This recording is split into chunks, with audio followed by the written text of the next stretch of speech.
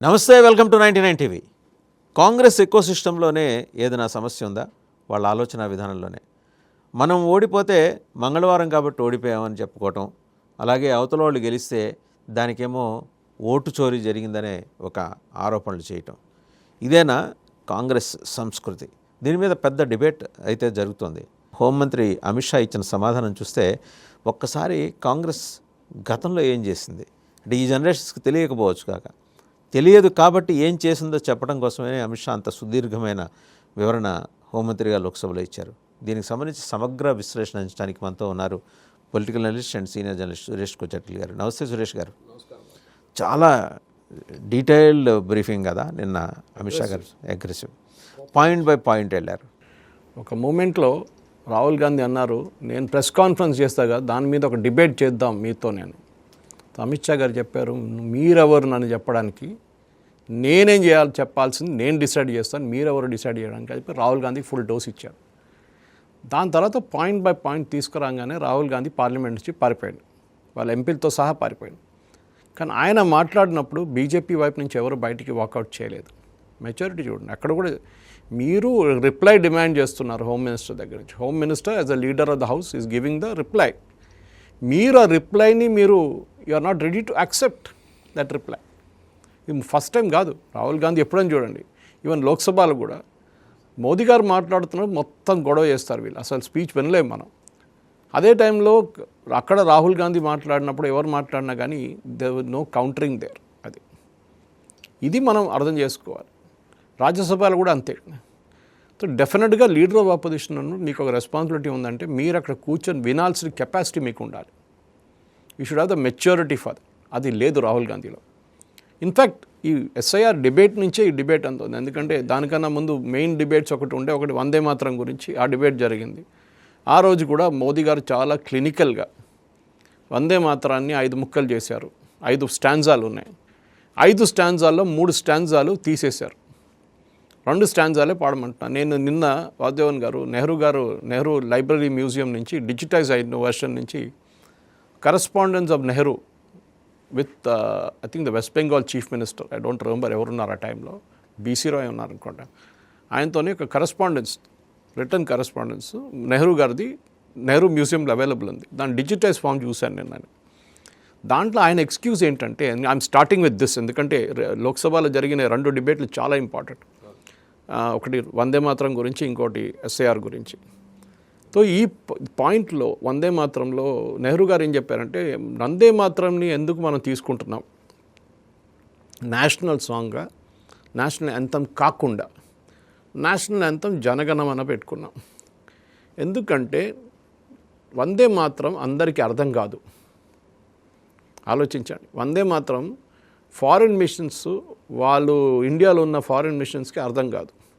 వందే మాతరం వాళ్ళ కోసం పాడుతున్నామండి మనం. ఇక్కడున్న అమెరికన్ ఎంబసీ కోసమో, బ్రిటిష్ హై కమిషన్ కోసమో, లేకుంటే ఆస్ట్రేలియన్ హై కమిషన్, వాళ్ళ కోసం పాట పాడట్లేదు కదా, వాళ్ళ కోసం నేషనల్ యాంథమ్ పాడట్లేదు కదా. Of course you decided that in 1950. National flag, national emblem, national song, national anthem, ఈ 4 డిసైడ్ చేశారు. దాంతోపాటు నేషనల్ యానిమల్, నేషనల్ బర్డ్ అంతా ఉంది. కానీ నేషనల్ యాంథమ్ జనగణమన ఎవరికి ఆబ్జెక్షన్ లేదు, ప్రాబ్లం ఏం లేదు. కానీ ప్రాబ్లం ఎక్కడ వచ్చిందంటే, మనం దీనికన్నా ముందు మోదీ గారు ఇచ్చిన రిప్లైకి వెళ్దాం. ఎందుకు 3 స్టాంజాలు తీసేశారు? వీళ్ళేం చెప్తున్నారంటే, అది బంకిం చంద్ర చటర్జీ రాసినప్పుడు 150 సంవత్సరాల ముందు రాసినప్పుడు, హూగ్లీ నది పక్కన ఒక ఇంట్లో, ఆయన పెద్ద ఇల్లు ఉండే అక్కడ, ఆ ఇంట్లో కూర్చొని రాసిన పాట ఆనంద్ మఠ్ బుక్లో తర్వాత వచ్చింది వందే మాతరం. అదొక ర్యాలీయింగ్ క్రై ఉండే ఆ టైంలో ఫ్రీడమ్ మూమెంట్కి. మొన్న సంజయ్ సింగ్ని చూశాను, ఆమ్ ఆద్మీ పార్టీ. చెప్పండి మీరు అట్లీస్ట్ 4 పేర్లు చెప్పండి ఆర్ఎస్ఎస్ వాళ్ళు జైలుకి వెళ్ళింది బిఫోర్ ఫ్రీడమ్ మూమెంట్ కోసం, వందే మాత్రం చెప్పుకుంటాను చెప్పగానే మా గ్రూప్స్లో ఒక రిప్లై వచ్చింది. దాంట్లో చాలా బాగుంది, నేను నా ఫేస్బుక్లో పోస్ట్ చేశాను. అది హెగ్డేవార్, తెంగడి, దత్తోపంత్ తెంగడి, ఇంకా 4 మినిమం ఉన్నారు లిస్ట్లో. వందే మాత్రం చెప్పి జైలుకి వెళ్ళారు. ఈయన అడిగింది 3 పేర్లే, సంజయ్ సింగ్.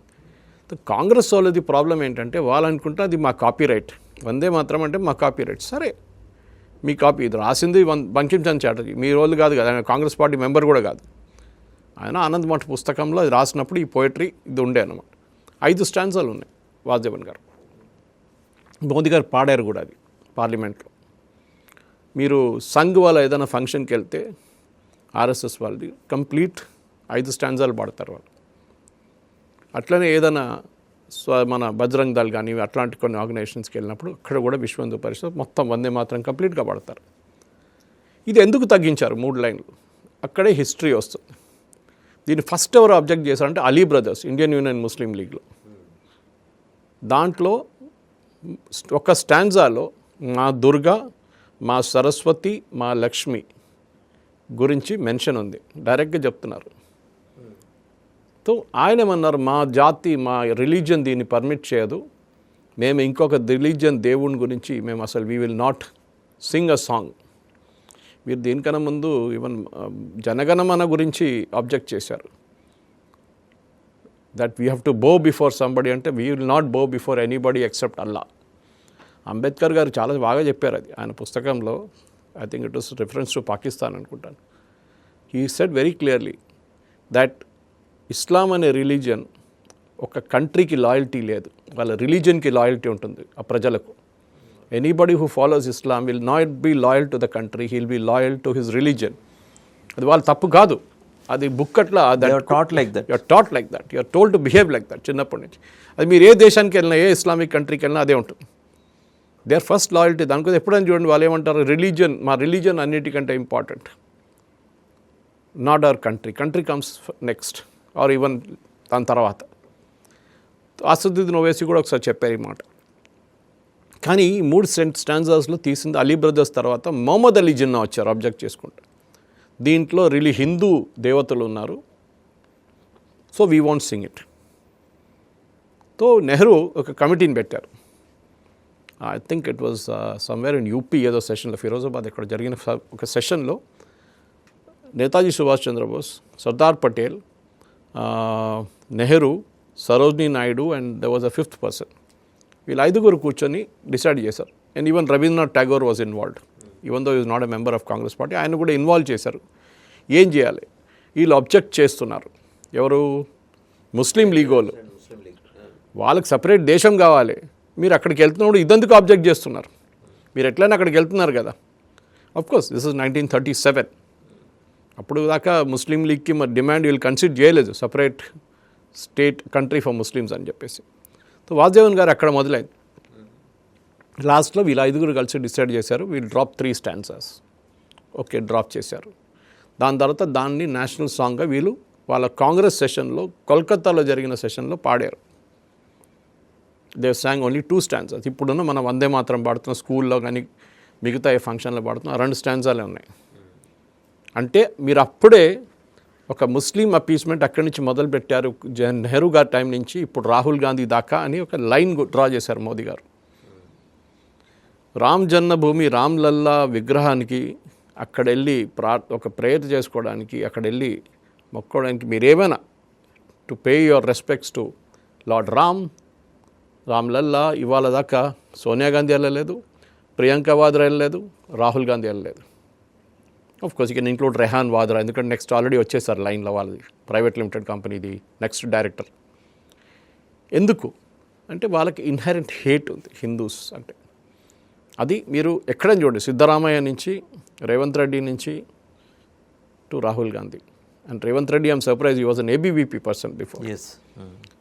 సదావత్సలే మాతృభూమి వాడిన మనిషి అయినా. ఎనీవే ఆయన పాప ఆయన ఉండలేరు. ఆయన అట్లా ఉంటే రేపు తీసేసి ఆయన ఇంకోటి పెట్టుకుంటారు వాళ్ళు ఇక్కడ. అది అక్కడ వెళ్ళి భజన వాడాల్సింది. ఈ ప్రాబ్లంతో డిబేట్ చేసిన పార్లమెంట్లో చాలా బాగా డిబేట్ చేసినప్పుడు కూడా కాంగ్రెస్ వాళ్ళు ఏమన్నారంటే, బీజేపీ వాళ్ళు ఎప్పుడైనా వందే మాత్రం పాడారా? వాళ్ళకి అర్థం కాదు. బీజేపీ ఫామ్ అయింది 1984లో, వందే మాత్రం అడాప్ట్ చేసింది 1950లో, ఒఫిషియల్లీ కాంగ్రెస్ వర్కింగ్ కమిటీలో అడాప్ట్ చేసింది 1937లో. అప్పుడు బీజేపీ ఎక్కడ ఉండండి, అప్పుడు జనసంఘ్ కూడా లేకుండా టైంలో. తర్వాత జనసంఘ్ వచ్చింది. మీరు అడాప్ట్ చేశారు, మీరు పాడారంతా. కానీ వందే మాత్రం నేను ఇప్పుడు కూడా చెప్తున్నాను వాసుదేవన్ గారు, ఫుల్ పాట పాడాల్సిందే. టెక్స్ట్ బుక్లోనే పెట్టండి.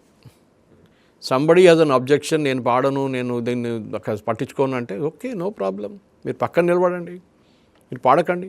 పాడుతున్న పిల్లలు వాడినాయండి. సో బ్యూటిఫుల్ స్టాండ్స్, చాలా బాగుంటుంది, కానీ పాడనీయరు అన్నారు. So this is what it is. అదే డిబేట్ తర్వాత మీరు ఎస్ఐఆర్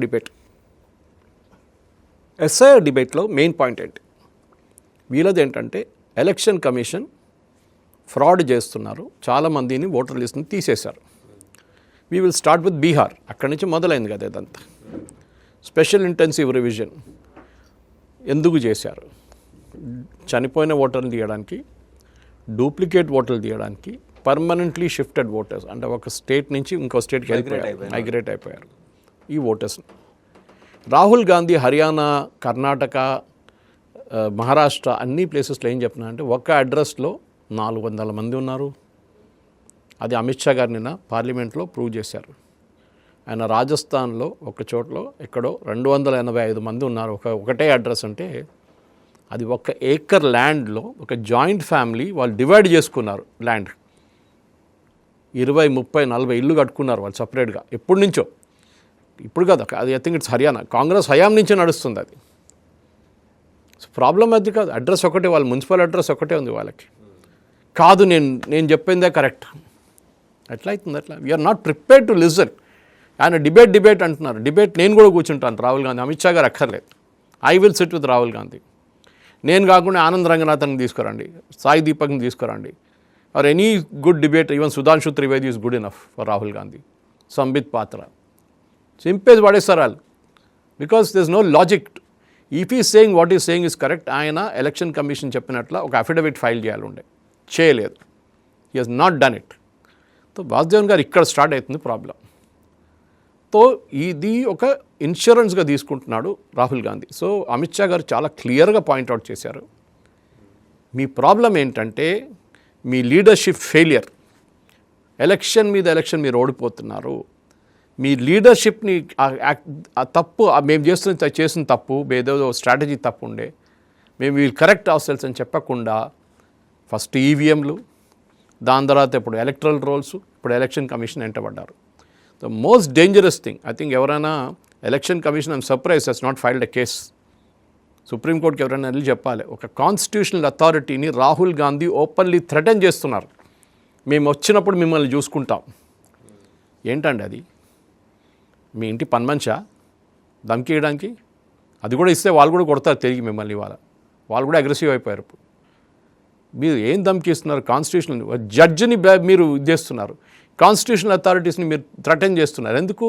వాళ్ళు మీ చెప్పిన డాన్స్ చేయట్లేదు. ఈ చెప్పిన మనుషులు ట్యూన్కి తగ్గట్టు డాన్స్ ఈ చెప్పిన పార్టీ ఏమేమి అవకతవకలు చేశారని క్లియర్గా చెప్పుకుంటూ వచ్చారు అమిత్ షా గారు నిన్న. ప్రతి election commissioner from Nehru to Narasimha Rao to Manmohan Singh appoint చేసింది వాళ్ళే. ఆ ప్రధానమంత్రి అపాయింట్ 1990 వరకు ఉంది కదా సార్. దాని తర్వాత కూడా ఉండే. దాని తర్వాత మల్టిపుల్ ఎలక్షన్ ఒకటే ఉండే. దాని ఇప్పుడు దాకా ఒక సింగిల్ ఎలక్షన్ కమిషనర్ ఉండే. Then it became election commissioners and 2 chief election commissioner and 2 election commissioners. వీళ్ళు నామినేట్ చేసినంత వాళ్ళే. ఆన్ రికార్డ్ నవీన్ చావ్లా అని ఒక మనిషి ఉన్నాడు, ఎలక్షన్ కమిషనర్ అండ్ ఆయన. He has no qualification to become election commissioner.